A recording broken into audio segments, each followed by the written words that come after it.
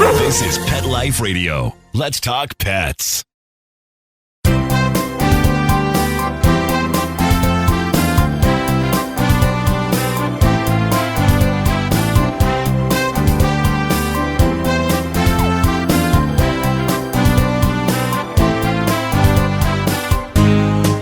And welcome, good morning, good afternoon. If you are not here listening now, you forgot to change your clocks. So I would imagine if you are, you didn't forget, which is a good thing. Here live with Dr. Jeff Werber for the next 30 minutes here on Pet Life Radio's Ask the Vets with Dr. Jeff. We're here for you. We're here for your pets. We are here to solve your pet problems, to pick my brain, what's left of it. And we're looking forward to hearing from you. We have a new platform here, and that is Zoom. So if you go on to Pet Life Radio and in the you scroll to Ask the Vets with Dr. Jeff, you scroll down and you will see it's a link left to you by Mark, our producer. Click on that and you can join us here live. It's really, really cool. In fact, I kind of like it even better than the Google Hangouts that we used to have. And what's so nice about it is it's not just one-on-one. We can have 10, 15 people, anybody, any number of calling us. You'll be live on camera. Hopefully you'll have your pets with you. And I've said this time and time again, as I've already gotten 3 calls this morning on AirVet, my platform, my telemedicine platform. It's a great way to communicate. You get to the veterinarian, in this case, me, I could see your pet. We can talk. It's almost like you're in the room with me in an exam room. And it's a much better way to communicate and get used to it because it's becoming more and more popular. There are a number of platforms out there. You should check us out on AirVet. We have a 5-star rating, and it's a great platform. But this is the future of communication because there are a lot of problems that you can talk to your veterinarian about. The veterinarian does not necessarily have to have a hands-on. Of course, there are many times that they're going to have a hands-on, but it's a great way. You can also call us the old-fashioned way, and Mark can send me a note because we can't patch the phones through. So if you want to talk to us, come on live, just go onto the website. You'll click on the Zoom link and you can join us. But 877-385-8882 is another way to get a hold of us. And I will have the message sent to me. And then online live, we can ask or answer your question as well. So a couple things.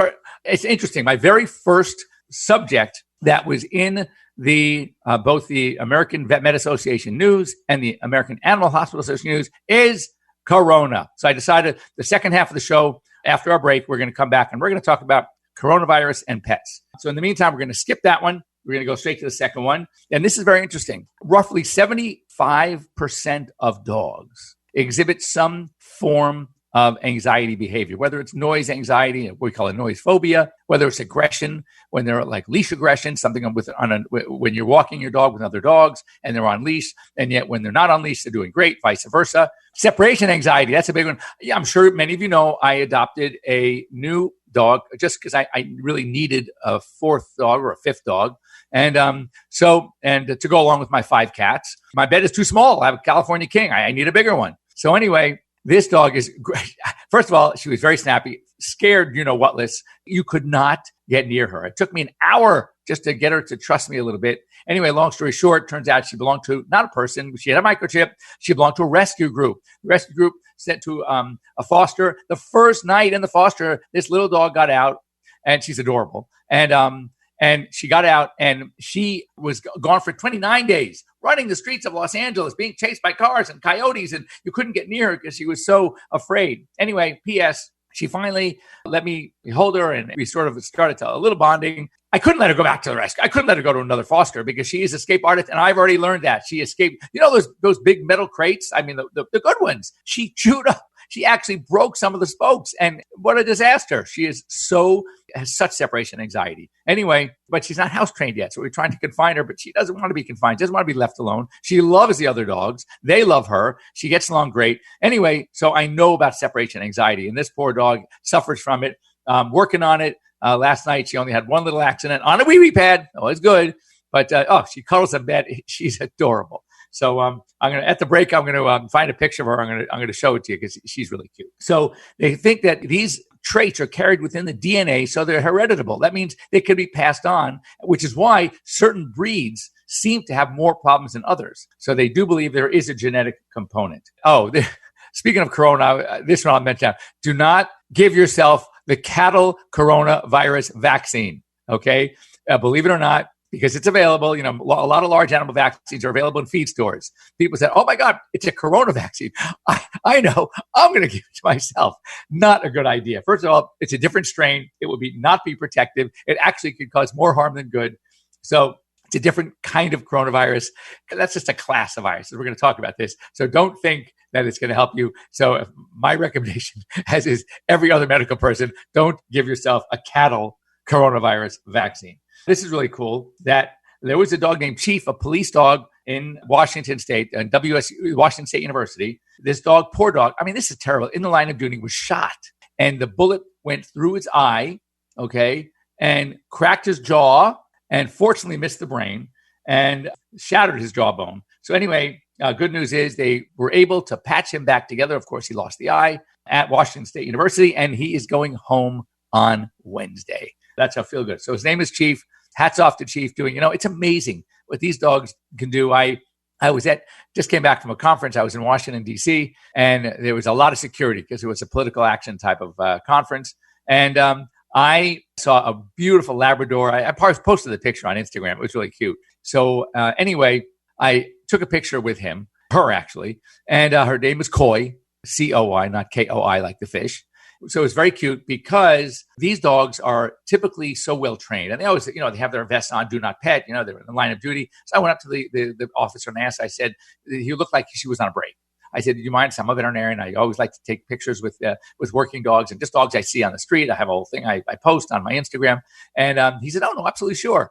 So this dog was so adorable, but it's amazing because I don't know if I told the story yet, but I was at an airport once, and I'm walking with my backpack, and I had to, as I walk into the actual airport itself, the terminal, I see a beautiful Malinois, Belgian Malinois dog, a police dog with the officer, and walking around. He's on a leash, and you could tell, I don't know whether it was explosives or drugs or whatever it was, and she was clearly working. And I just took note of how cute she was. I go to this kiosk, I get my little ticket. Now I'm walking towards the gate, and now this cop with his dog is walking towards me. And again, my inclination, of course, is I want to bend down and say hi, but I know she's working inside. So as I pass her, I'm like 2 steps. So she does a U-turn and starts following me. I'm thinking to myself, uh-oh, what is in my bag that I don't know about that she picked up? And now I'm kind of embarrassed at the same time. So I stop, I turn around, and she literally sniffs me. She jumps up on my shoulder. She's a big dog, and she starts licking my face. Well, the cop walked up. You have dogs. I said, well, actually, I have a lot of dogs and I'm a veterinarian. He goes, she knows it.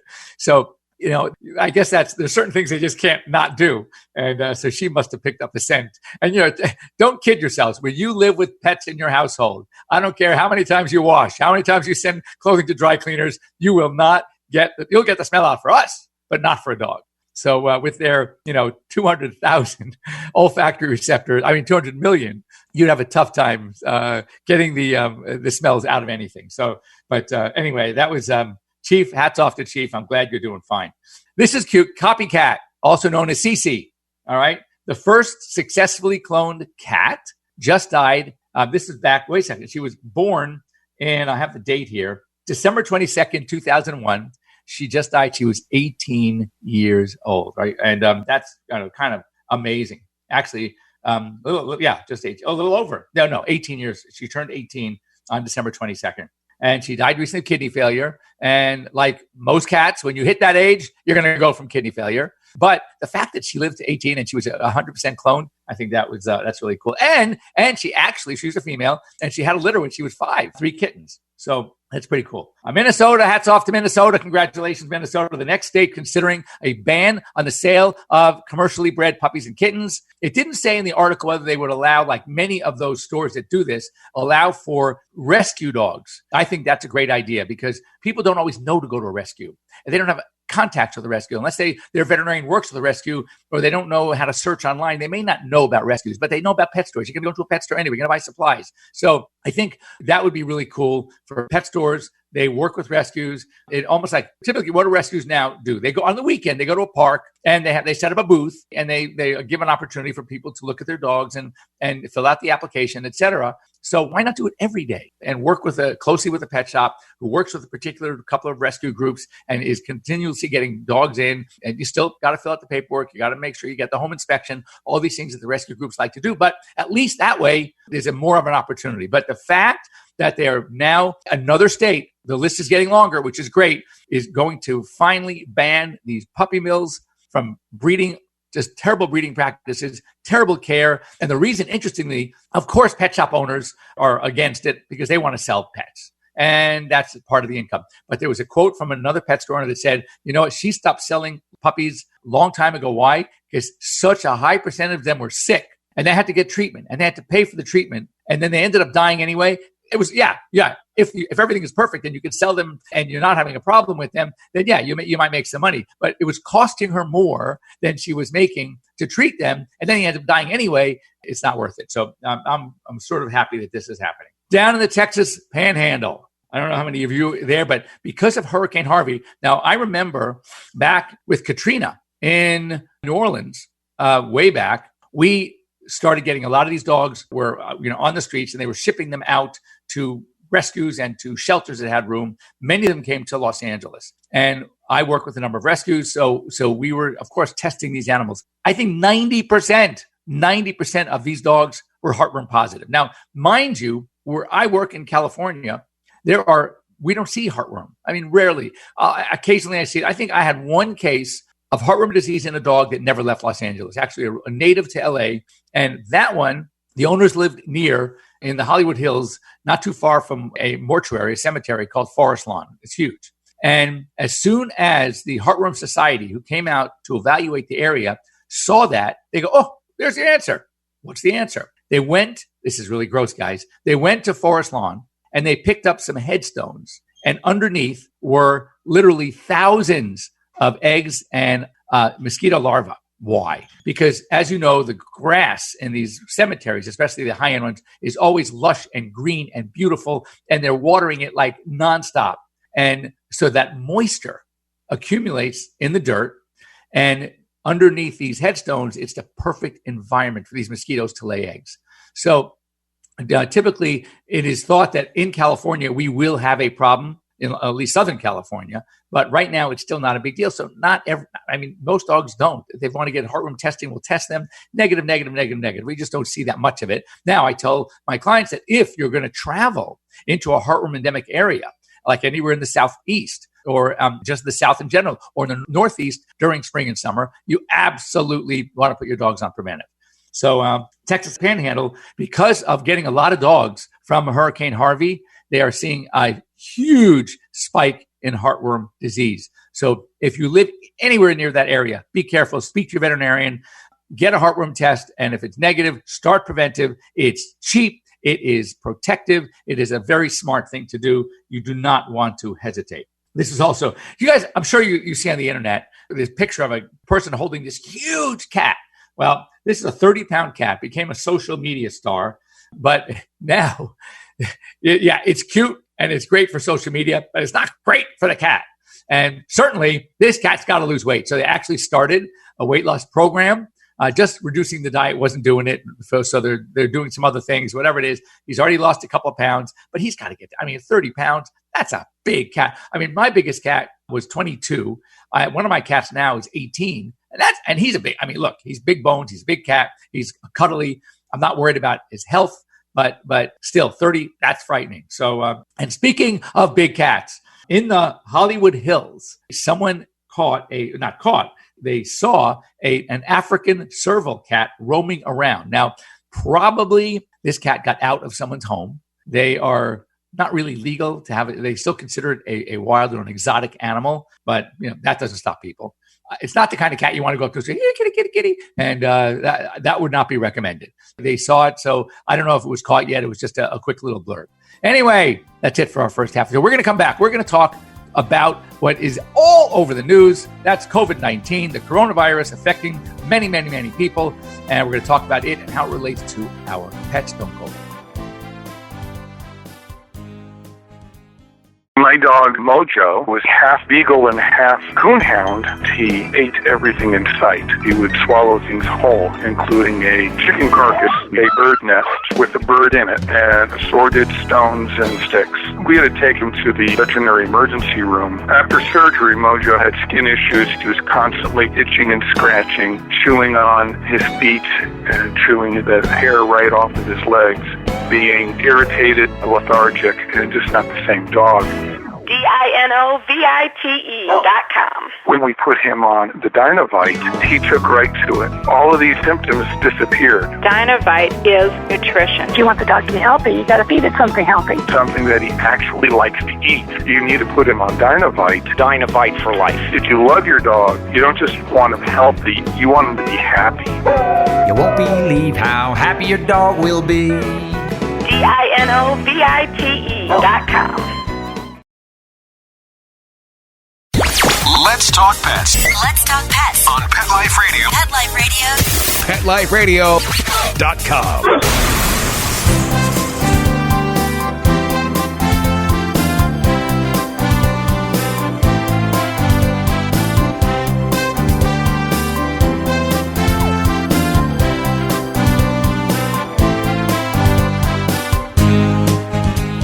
And welcome back. You're here again live with Dr. Jeff Werber here, your host on Pet Life Radio's Ask the Vets with Dr. Jeff. And first of all, if you want to get a hold of us, join us here on Zoom. This is really cool. I'd love to see your faces. I'd like to see whoever's listening with your pets and answer any questions you may have. As I said, this is the wave. Get used to some this is a form of telemedicine, exactly. You can also be old-fashioned, 877-385-8882, but I prefer to see you live here on the show. First of all, I did find a picture of my new little girl. Can you see that? She is so adorable, and she gets along with the other dogs. It's great. I just got to work on that separation anxiety and the house training. It's killing me. So COVID-19, I'm hearing everything. You know, it's interesting. If you talk to the medical doctors, in fact, one of my very good friends is an infectious disease specialist, and there is a lot of panic going on out there. You know, and I guess it's because of misinformation. Certainly, and everyone agrees, as far as the experts, be smart. If you are on any kind of medication, if you're immunosuppressed, if you are sick yourself, don't go out into public. That's clear. Wash your hands frequently. Use some sort of, if you can find it, like things like, the Purell and all that stuff. It should be at least 60% alcohol. And no, it is hard to find. So if you find some, buy some extra, and, keep your hands clean. Do not touch your faces. We know that. And it's interesting because if you touch a surface, the virus can live on a surface, and then you're inadvertently touching it. Don't wash your hands. Well, and then you go scratch your face, you blow your nose, you itch your eyes. That's how it is introduced. If someone sneezes and you are within 6 feet, that's a possibility. So interesting, they say the masks that you see people wearing are more just to stop you from touching your nose and your mouth than it is to actually stop the particles, because they don't travel very far. But how about your dogs? So you don't know this, but you've heard of FIP, feline infectious peritonitis, that affects cats. That is a coronavirus. All right. The coronavirus, where there's a vaccine for that affects dogs, is like a 24-hour stomach flu. And most of us, I would say many of us, I don't know about, but I would say most of the veterinarians that I know do not vaccinate it or recommend a vaccine because, again, vaccines are not without risk. And you don't want to necessarily vaccinate against something that isn't really much of a risk. Dog gets diarrhea for 24 hours and then they're done. Then that was coronavirus. There are different strains. These are not what they're terming the COVID-19. So don't even think that vaccine will help you. However, there's a lot of research being done. There is a research institute, I think, out of Israel that is very, very, very close. By starting with they're mutating the chicken coronavirus. They can make it identical in what they call antigenicity to COVID-19. And they feel that they'll be done with the next couple of weeks. And then they just have to get it tested, which could take up to 90 days. But that is going to be one of the first vaccines available on the market to protect against this coronavirus. But we see a lot of panic. We see schools being closed. We just got a note. I saw that a local school in our area is going to be closed down. One of my good friends is in self-quarantine. He acts fine. He's fine. There's no evidence, but he did come in contact with somebody who was ultimately tested positive. So he has to be in home quarantine. But, it's all about information. I heard something, and this is to kind of give you an idea of how panicked Americans are and how misinformed, Corona beer sales have dropped 38%. Now, I heard there was a commercial. They were thinking about a commercial. They're willing to pay $30 million to the World Health Organization to rename this virus the Bud Light virus. Because if sales are going to go down because of the name of the beer, I mean, that is frightening to me. That is so scary to me, which is why we're having so much panic because people are that misinformed. So the story with our dogs, they can get coronavirus. The only thing, there is one dog tested, they're following closely, is in China, is a weak positive. It belongs to a family that I think one or two members of the family did have coronavirus, again, survived, and they are just following this dog. So the current thought is a dog is not going to get COVID-19 clinically. They probably can carry it. So they can become a host and carry the virus. So then if they are affected and then you touch them, they won't get sick. But then you touch them and their saliva, whatever gets on you, and then you touch your face, your mouth, any kind of mucous surface, then you can get the virus that way. So don't get rid of your dogs. Don't panic. If you don't have it, nobody on that house has it. Your dogs don't have it. And it's just a matter of being safe. Just a couple of facts. And this is coming from one of my colleagues who I tell you is infectious disease. We are in panic mode here. There are over 100 people that die every single day from car crashes. How many of you have stopped driving because of that? Secondly, the good old-fashioned flu has already killed, overall deaths, over 300,000. And so far, the coronavirus, the death toll worldwide is like 3,000.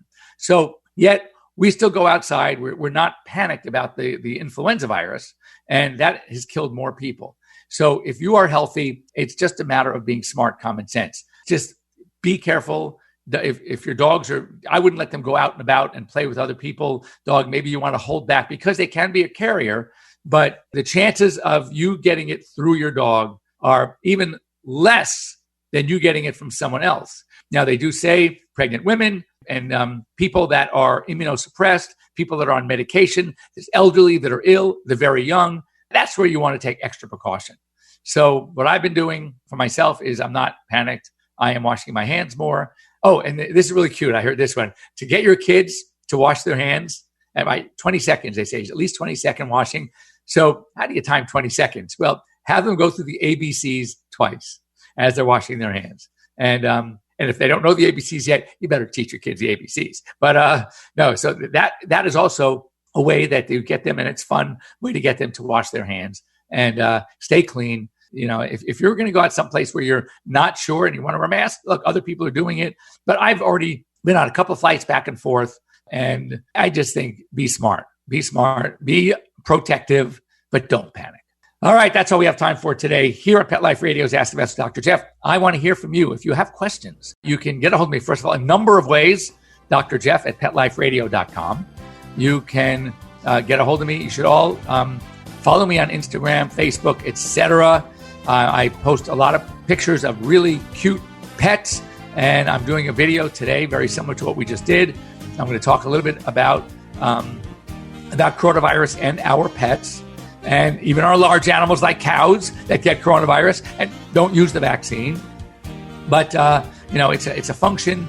I want to answer your questions. I want to be there with you, and I'd love to have you join us here using Zoom every Sunday morning at 9 a.m. in the West, noon in the East, and of course, Mountain Time, Standard, Central Time, anything in between. So be here to join us. If you have questions, if you want to send them to me in advance, please do at drjeff@petliferadio.com. We will answer them live on the air on that following Sunday. So have a great week, everybody. I hope, obviously, if you're here listening, you remember to change your clocks. And out here in the West, it's a beautiful day.